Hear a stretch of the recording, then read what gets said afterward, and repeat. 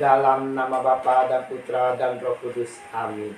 Shalom Aleihim. Berjumpa lagi dengan saya pada perenungan hari ini, tanggal 28 November 2022.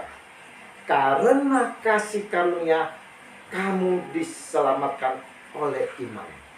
Bacaan liturgi hari ini diambil dari kitab Yesaya 2 ayat 1 sampai dengan 5 dan Injil Matius 8 ayat 5 sampai dengan 11.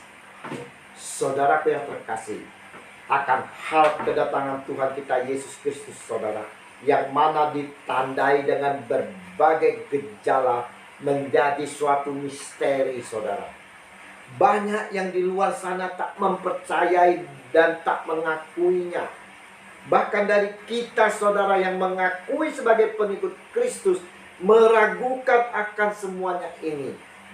Inilah yang dipertanyakan Tuhan dalam hal kedatangannya. Akan tetapi, jika anak manusia itu datang, adakah ia mendapati iman di bumi? Lukas 18 ayat 8. Saudaraku, iman sangat diperlukan oleh setiap kita untuk memperoleh keselamatan, saudara. Keselamatan bukan hasil usaha kita. Sebab karena kasih karunia kamu diselamatkan oleh iman. Itu bukan hasil usahamu, tetapi pemberian Allah. Efesus 2 ayat 8. Jadi saudaraku yang terkasih, oleh iman kita diselamatkan, saudara. Inilah dasar penting yang harus dipahami, yaitu keselamatan adalah karunia Roh Kudus.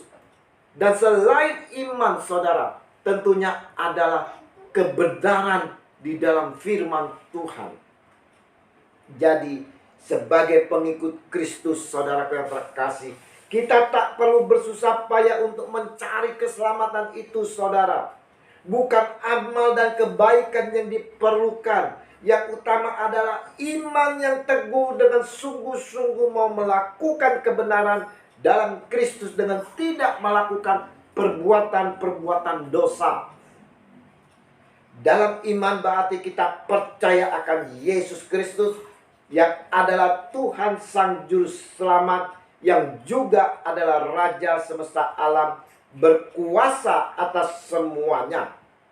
Telah mengalami penderitaan demi menebus dosa kita, wafat di atas kayu salib, bangkit di hari ketiga, dan naik ke surga.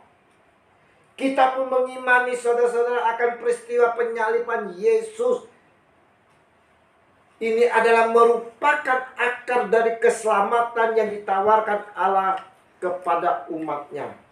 Maka kita harus memandang salib Kristus, saudara, adalah merupakan kemenangan bagi kita semua, saudara. Keselamatan bagi kita semua.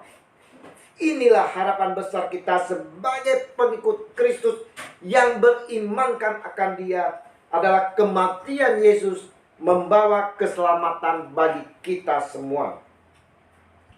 Dalam penderitaan dan kematian Tuhan Yesus juga membawa pengharapan bagi kita semua untuk pemulihan dan kesembuhan oleh karena iman kita, saudara.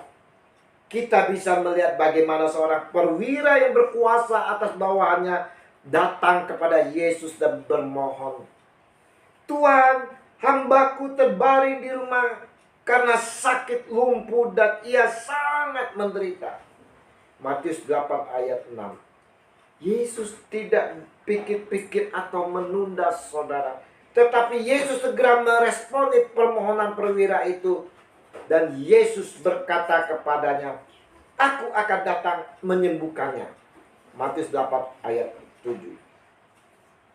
Perwira ini menyadari, saudara, akan keberadaannya yang berdosa. Namun dia percaya Yesus sanggup menyembuhkannya.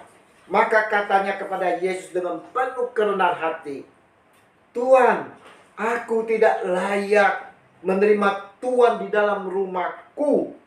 Katakan saja sepatah kata, maka hambaku itu akan sembuh." Matius 8 ayat 8. Suatu ungkapan iman yang mendalam, saudara. Ungkapan yang penuh kerendahan hati dari seorang perwira yang berkuasa, saudara.